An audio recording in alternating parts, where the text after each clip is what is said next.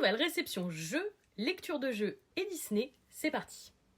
On commence par un achat-jeu, il s'agit du Cozy Bundle de My Sims, le remake de My Sims et My Sims Kingdom. Attention, les éditions Switch, pas les éditions DS, ce n'étaient pas les mêmes jeux. C'est mes deux jeux préférés, My Sims, je pense que c'était vraiment le meilleur choix, l'éditeur a été très pertinent, notamment My Sims Kingdom qui est un gros coup de cœur, j'ai trop hâte de les refaire.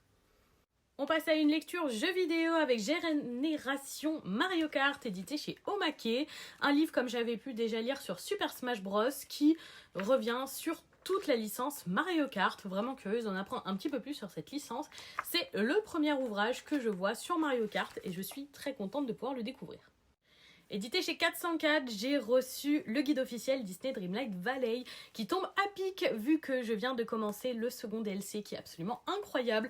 Un joli petit guide comme ça qui reprend l'histoire principale du jeu avec toutes les mises à jour à ce jour et aussi le premier DLC A Rift of Time. Vous avez beaucoup de choses, les recettes, les quêtes, les progressions des personnages.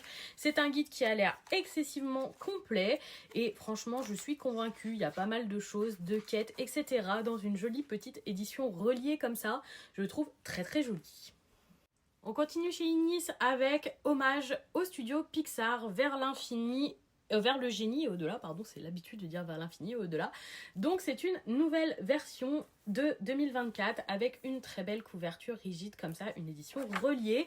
C'est donc une version augmentée de l'ouvrage qu'on avait déjà eu en 2019 qui est comme ceci, où ils ont rajouté des éléments des films Pixar plus récents. Je suis très très contente de pouvoir redécouvrir cet ouvrage qui m'avait déjà plu. On revient un petit peu sur tous les films mais aussi sur des anecdotes à propos du studio, des interviews. C'était très très très complet et agréable à lire et je suis contente de pouvoir le comparer avec la première édition. Je vais le lire très prochainement. On termine cette réception avec le pull de Noël de cette année du shop Disney.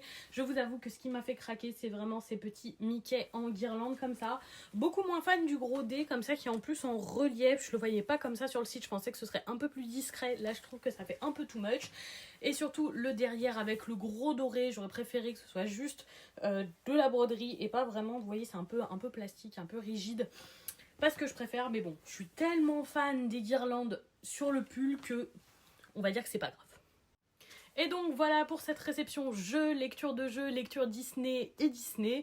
J'ai essayé de regrouper un peu les thèmes ensemble, je me suis dit que ça irait bien. Est-ce que certains de ces ouvrages vous tentent ou est-ce que vous allez jouer à My Sims? J'ai vu qu'il y a beaucoup de monde dessus.